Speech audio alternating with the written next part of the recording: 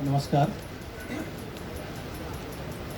राष्ट्रीय स्वयंसेवक संघ की अखिल भारतीय प्रतिनिधि सभा के इस दूसरी प्रेस ब्रीफिंग के अंदर आप सबका हार्दिक स्वागत है। आदरणीय डॉक्टर मनमोहन वैद्य जी, आप संघ के प्रचारक हैं, मूलतः नागपुर के ही हैं। राष्ट्रीय स्वयंसेवक संघ के माननीय सह सरकार्यवाह हैं। आपका केंद्र अभी भोपाल है। साथ में श्रीमान सुनील आंबेकर जी, आप भी संघ के प्रचारक हैं, मूलतः आप भी नागपुर के ही हैं और अभी अखिल भारतीय प्रचार प्रमुख ऐसा दायित्व है और आपका केंद्र भाग्यनगर।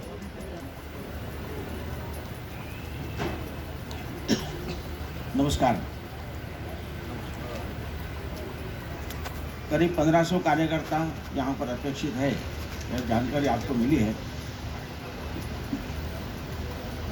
और हर 3 साल के बाद संघ के प्रतिनिधि शाखा में से चुने जाते हैं। संघ में एक प्रतिज्ञा का कार्यक्रम होता है। 18 साल की आयु के 18 से ऊपर ऐसे संघ स्वयंसेवक जो जीवन भर संघ कार्य में करूँगा ऐसी प्रतिज्ञा लेते हैं। ऐसे प्रतिज्ञित और कार्यशील ऐसे स्वयंसेवकों में से, ऐसे 50 स्वयंसेवकों में से एक शाखा प्रतिनिधि चुनते हैं। ऐसे 40 शाखा प्रतिनिधि में से फिर एक अखिल भारतीय प्रतिनिधि हर 3 साल के लिए चुने जाते हैं। ये संघ का चुनाव का वर्ष है। ऐसे 203 प्रतिनिधि, जो नाम है अखिल भारतीय प्रतिनिधि सभा, तो 203 अखिल भारतीय प्रतिनिधि जो सारे भारत के शाखाओं से चुने गए हैं, उसे यहाँ पर रहेंगे।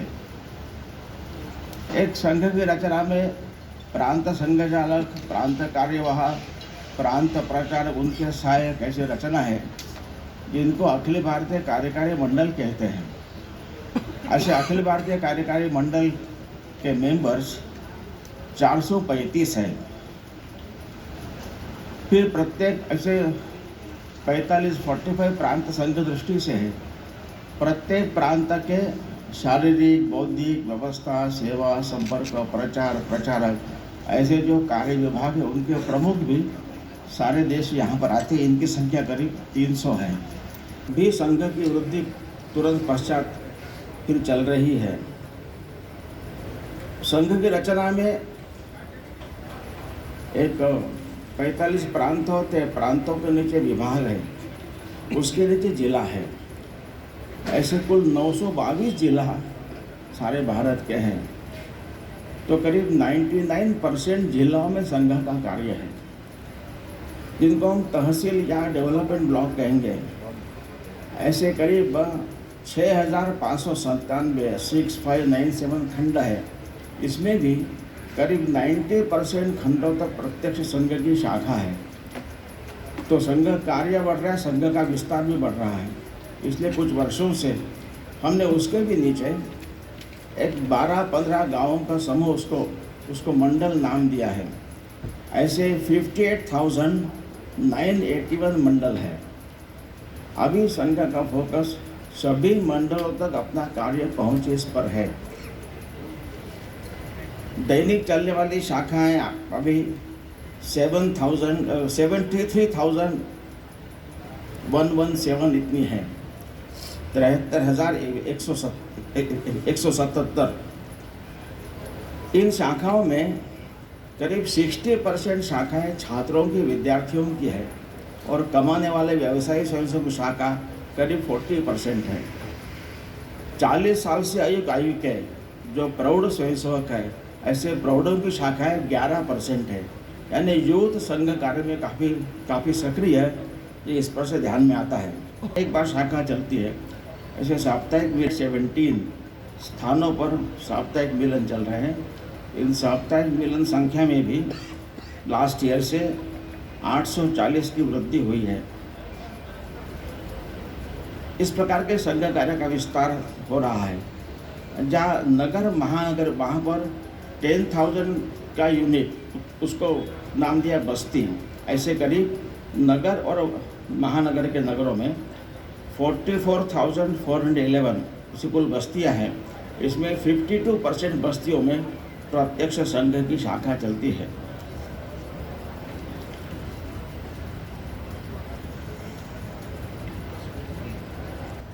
संघ के स्वयंसेवक विविध क्षेत्रों में जो काम करते हैं, वहाँ पर जो महिलाएं हैं, इनका एक महिला समन्वय नाम से काम चलता है।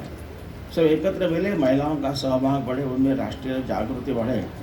इस महिला समन्वय की ओर से राष्ट्रीय सेविका समिति की सहायता से संघ की शताब्दी अभी आने वाली है, उस निमित्त विभाक्षा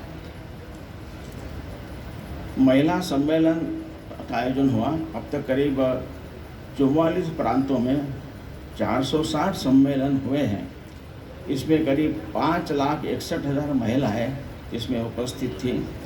भारतीय चिंतन में महिलाओं का स्थान क्या है, राष्ट्रीय विषयों पर उनके बारे में जागरण हो के कारण जो राष्ट्र में जागरण हुआ, हम सब ने 22 जनवरी के दिन का सारा अनुभव किया ही है। और अभी भी सारे भारत में घूमते हैं तो भगवी पताके लगी हुई आज भी दिखती है। जो अक्षताओं का वितरण हुआ, जो आंकड़े आए, वो संघ स्वयंसेवक या विविध क्षेत्र के कार्यकर्ताओं के द्वारा हुआ संपर्क है। उसके बियॉन्ड लोगों ने इसमें सहभाग किया है। तो करीब 5,98,778 इतने गाँवों में यह संपर्क हुआ है। ये भारत के कुल गांव संख्या का 90% है। सारे समाज में एक ऊर्जा का अनुभव आ रहा है। इसलिए संघ की योजना, ये सारे जो संपर्क हुआ है, खूब लोग एक अनुकूल है, लोग उत्साह में हैं। तो भी संघ शताब्दी तो अगले 2025 के विजयादशमी से 2026 विजयादशमी तक होगी। उसके पहले तो संघ का पहले दिन से डॉक्टर एडगवार्ड का विचार था कि संघ समाज में एक संस्था संगठन नहीं है, संघ संपूर्ण समाज का संगठन है।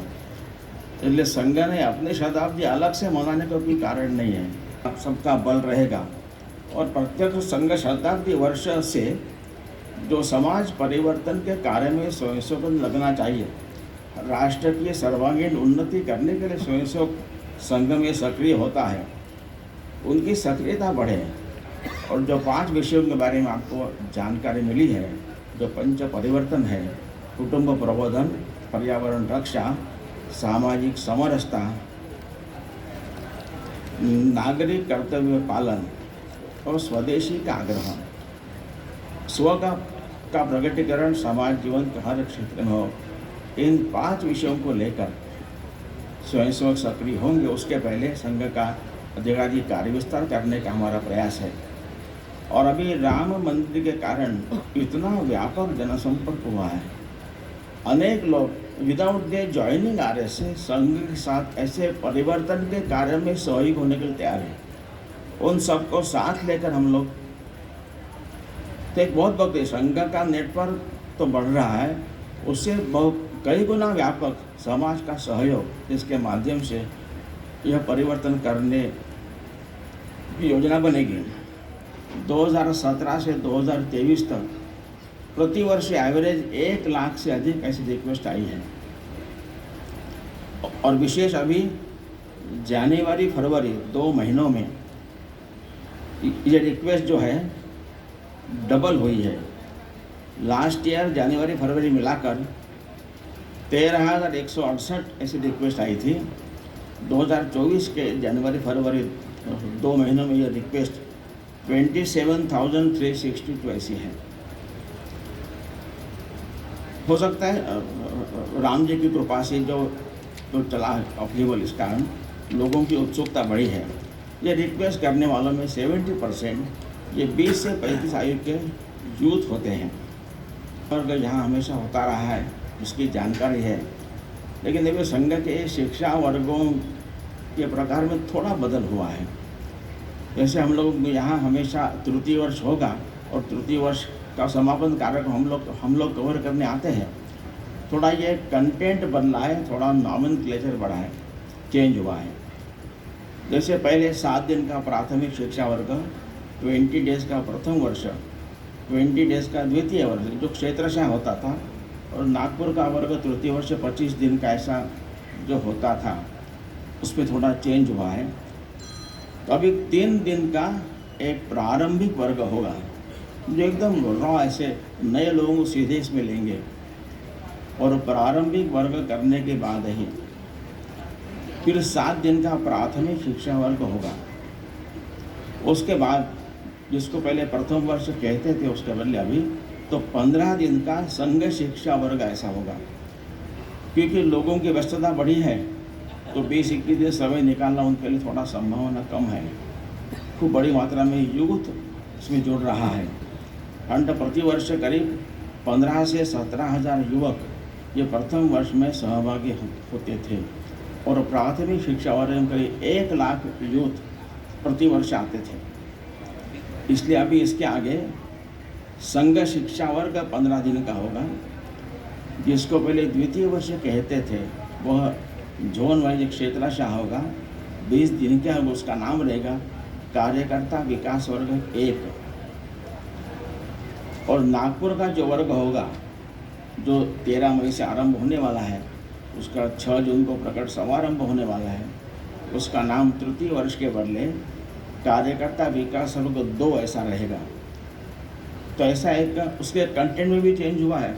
थोड़ा व्यावहारिक प्रशिक्षण समाज परिवर्तन के दृष्टि से 5 दिन का प्रत्यक्ष फील्ड में शिक्षार्थियों को ले जाकर व्यावहारिक प्रशिक्षण देना, ऐसा थोड़ा चेंजेस करते हुए अभी ये नया पाठ्यक्रम, नया नॉमेनक्लेचर लागू होने का यह पहला वर्ष है।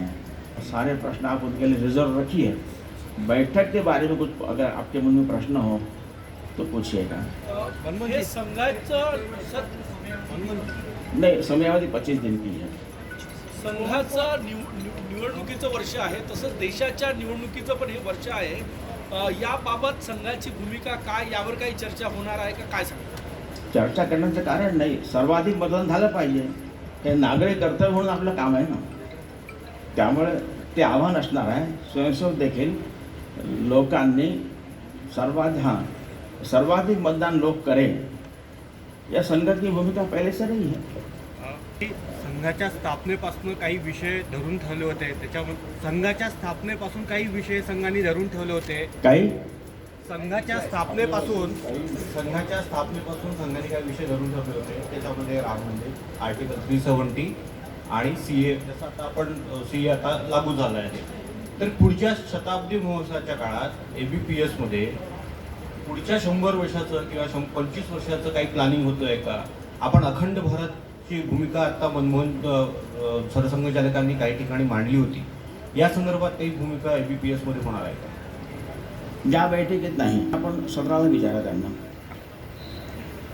राम मंदिर के कारण जो जागरण हुआ है उसको लेकर हम सब ने मिलकर आगे क्या करना उसको लेकर एक प्रस्ताव रहेगा। और देवी अहिल्याबाई होलकर जो एक एग्जाम्पलर ऐसे रूलर थी, एक महिला भी थी, तथाकथित पिछड़े जाति से भी थी, उसका जो राष्ट्रीय दृष्टिकोण था सारे भारत में धार्मिक स्थानों का पुनरुद्धार करना, लोगों की आर्थिक व्यवस्था ठीक करना, अच्छा सुशासन वगैरह, उनके जीवन के बारे में बहुत कम जानकारी लोगों को है। उनको लेकर देश भर में एक जानकारी देने के लिए कार्यक्रम होंगे। तो उस निमित्त सरकारी का स्टेटमेंट केवल यहाँ पर जारी होगा। एक प्रस्ताव है, एक स्टेटमेंट है। अभी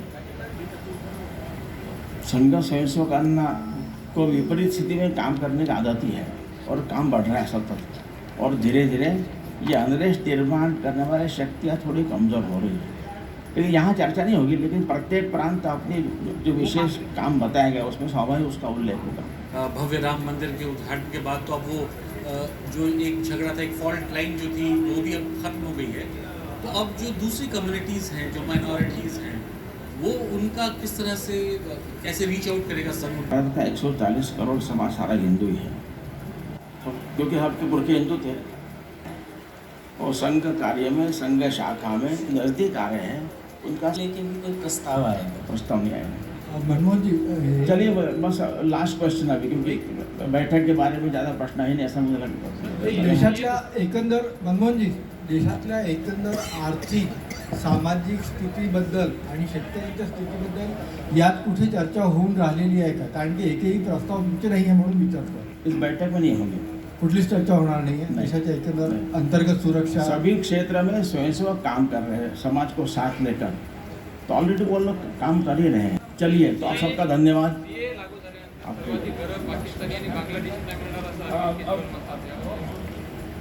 अब एक साथ पूछ लीजिए, जवाब देंगे. आपका सुनाई नहीं दिया. सीएए लागू झाल्यानंतर सर्वाधिक घरं बांगलादेश आणि पाकिस्तानियांना मिळणार. लागू झाल्यानंतर सर्वाधिक घरे बांगलादेश आणि पाकिस्तानियांना मिळणार असं अरविंद केजरीवाल म्हणतात. यावर आपलं काय मत आहे? हम सबों का ये हमेशा ऑब्जेक्टिव है कि सर्वाधिक मतदान हो, तो ऐसा आह्वान कुछ होगा अभी आगे? स्वयंसेवक घर घर जाकर बात करते हैं, ऐसे होगा.